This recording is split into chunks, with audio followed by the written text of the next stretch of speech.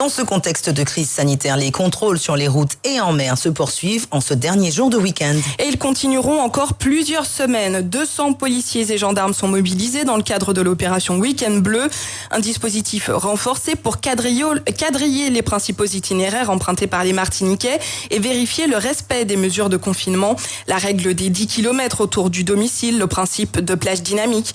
Des mesures plutôt bien intégrées à Rivière-Pilote où les forces de l'ordre étaient hier, d'abord au niveau du rond-point de Poirier, puis sur la plage de Lance-Figuier. Bilan, 6 verbalisations seulement. Quant à la mise en place des contrôles, là aussi, aucun souci.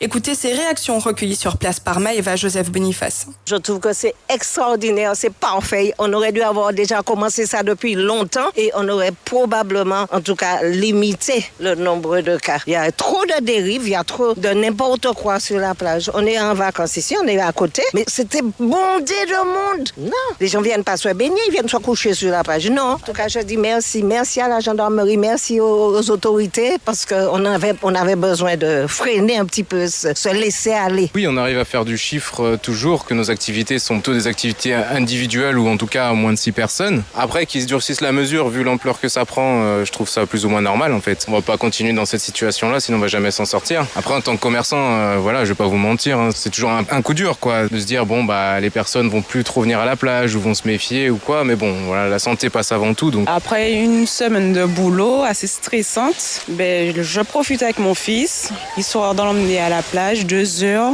pour qu'il puisse sortir, parce que ça fait une semaine qu'il est dans la maison, il ne fait rien, il a actionné ses grands-parents, donc moi je vais à la plage avec lui pour qu'il puisse voir un peu de soleil, pour qu'il puisse s'amuser. Vous habitez loin d'ici ou pas? Non, pas du tout, moins de 10 km. Moi, oui, non, j'habite la France, je suis venu pour me baigner 2 mois.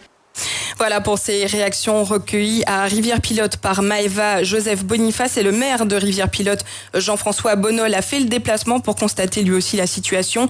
Et si on comptabilise finalement très peu de verbalisation, reste qu'il y a encore, selon lui, trop de monde sur la plage. Écoutez. Nous avons constaté une affluence extrêmement importante sur la plage de Lance-Figuier. Malgré les informations qui circulent, les gens continuent d'être trop nombreux sur la plage. Alors l'interrogation actuelle, c'est faut-il fermer pour permettre aux gens de prendre conscience qu'il y a un risque? Avec les élus, nous allons nous interroger sur cette question-là. Faut-il fermer la plage ou pas? Ou deuxièmement, comment renforcer les mesures ou les actions pour faire en sorte que les gens respectent les gestes barrières? Bien sûr, on ne peut pas complètement empêcher aux citoyens de profiter de la plage, mais en même temps, ils se contaminent, ils s'auto-contaminent. Donc, il y a une question de responsabilité. Donc, l'interrogation est de savoir comment réguler l'accès à la plage. Nous avons l'habitude de venir prendre un bain de mer et puis repartir. Si c'est seulement cela, ça ne pose aucun problème.